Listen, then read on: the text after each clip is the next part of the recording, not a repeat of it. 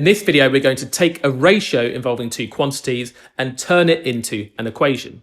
Now it says the ratio of A to B is equal to 1 to 9. Now remember, ratio gives you the relative size of two quantities. So if the ratio of A to B is 1 to 9, that's basically saying that the value of B is 9 times as big as A.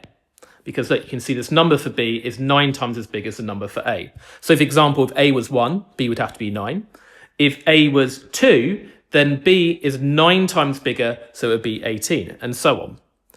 Now, you might be tempted to say, well, if the ratio of A to B is 1 to 9, you can say that, well, A is equal to 9B, right? Because the B is with the 9, right? And the B is with the 9 here.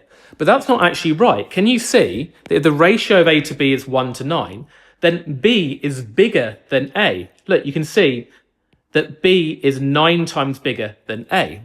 So in fact, we have B is equal to 9 times bigger than A, right? So that is our linear equation. It's B is equal to 9A. Now it says the ratio of P to Q is 4 to 3. So for every 4 we have of P, we have 3 for Q. So for example, P could be 4 and Q could be 3, and therefore the ratio P to Q would be 4 to 3. But it just says for each 4 of these, we have 3 of these. So for example, P could be 8 and Q could be 6, for example. We can scale this ratio to get other quantities. Now, we might be tempted to say that if the ratio of P to Q is 4 to 3, then 4P is equal to 3Q, right? Because I've just put these numbers on front of each number. So the 4 in front of the P, the 3 in front of the Q. But this is not quite right. If the ratio of P to Q is 4 to 3, can you see that P is going to be a bigger value than Q because we have more parts in the ratio for P than we do for Q? Now, there's different ways of doing this, but what you could do is to make one of these numbers 1, right? So if I just divide both of these numbers by 4, for example,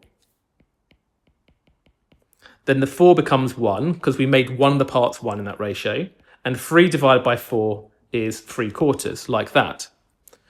So now we can see that Q is 3/4 as big as P, right?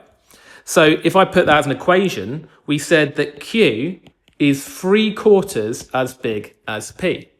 And we could times both sides of the equation by 4, so we don't have a fraction. So we have 4Q is equal to 3P. So we can put that as our equation here. If I just put the P first, we have 3P is equal to 4Q.